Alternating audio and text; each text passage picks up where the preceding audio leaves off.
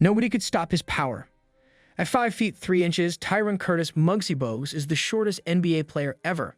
Muggsy surprised his teammates by becoming a basketball star despite being shorter. His tiny stature made him hidden from peers.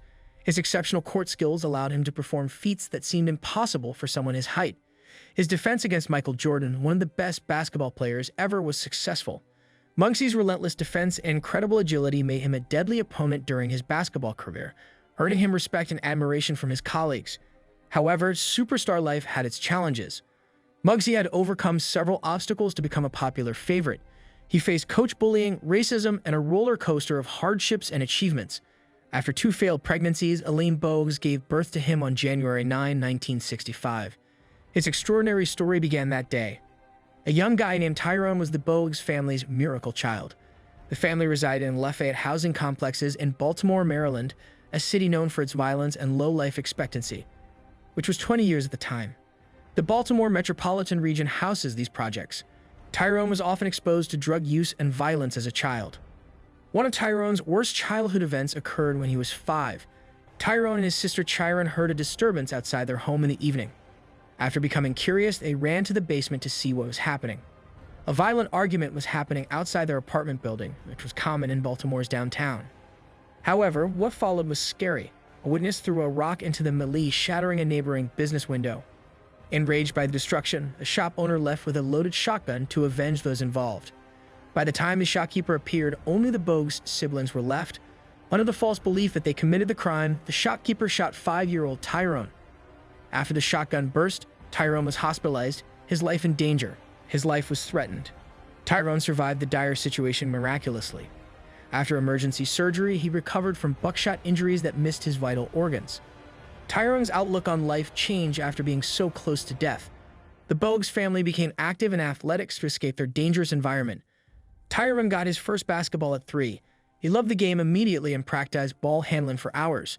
However, his short stature, inherited from his father Richard, who was 5 feet 5 inches tall, and his mother Elaine, who was 4 feet 11 inches tall, often kept him out of basketball games or criticized him when he tried to play.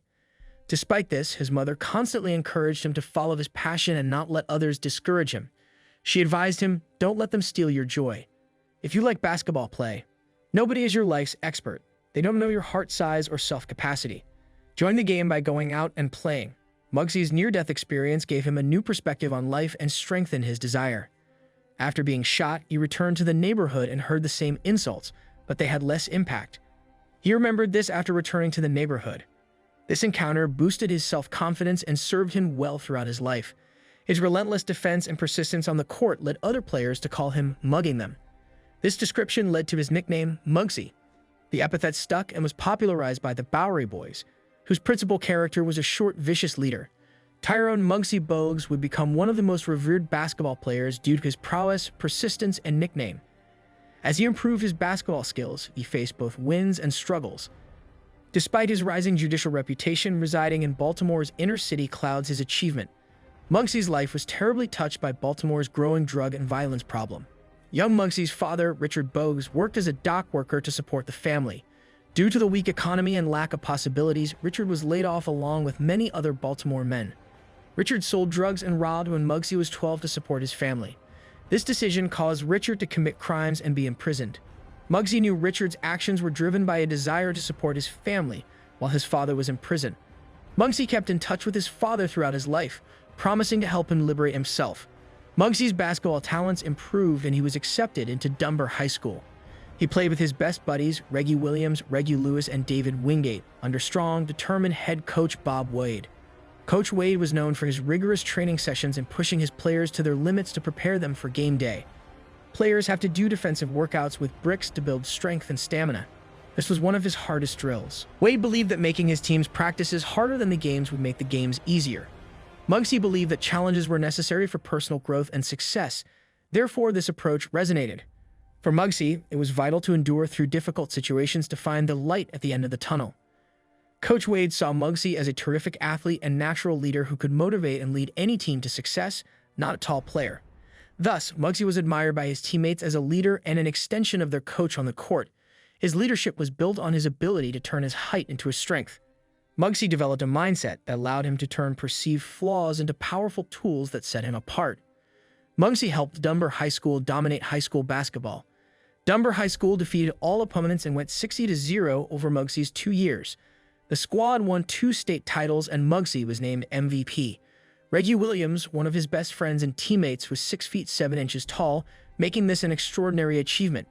Despite his successes, Muggsy's height remained a problem for college recruiters. Muggsy was ignored by Division I schools despite his friend's success. When Muggsy Bogues was named Wake Forest's starting point guard, he faced another challenge in his quest to prove his worth at the collegiate level. Many coaches still saw his height of 5 feet 3 inches as a disadvantage, overshadowing his talent and leadership. Muggsy received a full Division I scholarship to Wake Forest University in North Carolina after excelling at the 5-star basketball camp, where his high school coach Bob Wade invited him. He did this despite doubts about his ability to compete with bigger, stronger, and more experienced athletes. Wake Forest's membership in the Atlantic Coast Conference, ACC, one of the nation's toughest conferences, provided an ideal test for Muggsy's NBA dreams. When Muggsy arrived at Wake Forest in 1983, he made a reputation for himself quickly, but his road was difficult. Despite helping his team reach the NCAA March Madness Tournament Elite Eight, Muggsy had to miss a test due to basketball obligations. Despite his professor's permission to retake the exam, charges of unfair treatment and cheating led Wake Forest administration to threaten to remove him. Muggsy wanted to quit the institution because he felt alienated and questioned whether the charges were based on his appearance. Muggsy decided to stay at Wake Forest after meeting with his mother, Elaine, who advised him to stand up to his detractors. Over the next 3 years, he became the team's starting point guard, demonstrating leadership and resiliency that would define his career. Despite Muggsy Bogues' outstanding performance in 1990, the Charlotte Hornets struggled as a team. Bogues averaged 9.4 points, 10.5 assists, and 2 steals, quadrupling his prior stats. Muggsy only started 46 games due to instability caused by coach Gene Littles, who regularly shuffled the lineup to find the best combination. Even though the record dropped to 19 wins and 63 losses, a managerial change gave the Hornets optimism. New general manager Alan Bristow, a fan of Muggsy's game, wanted to build a team around his high-scoring, fast-paced style. The Charlotte Hornets won their first playoff game in their 5th season. The Hornets kept their cool after Reggie Lewis, a close friend of Muggsy Bogues, collapsed due to a heart problem in Game 1 of the series against the Boston Celtics. After losing the first game, they needed to win Game 2. The Hornets led 99-98 with 2 seconds left in double overtime. Boston executed a de-setting play. Brown missed a 3-pointer that could have won the game, resulting in Charlotte's historic victory and a milestone for the organization. The Charlotte Hornets went from losing their first playoff game by 40 points to win their first playoff game. They made the playoffs and defeated the strong Reggie Lewis-led Boston Celtics in a historic win. The early death of Lewis and Muggsy Bogues' father emotionally drained Muggsy, but his drive remained.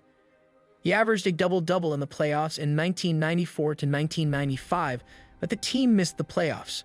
Michael Jordan's return overwhelmed the Hornets in the playoffs.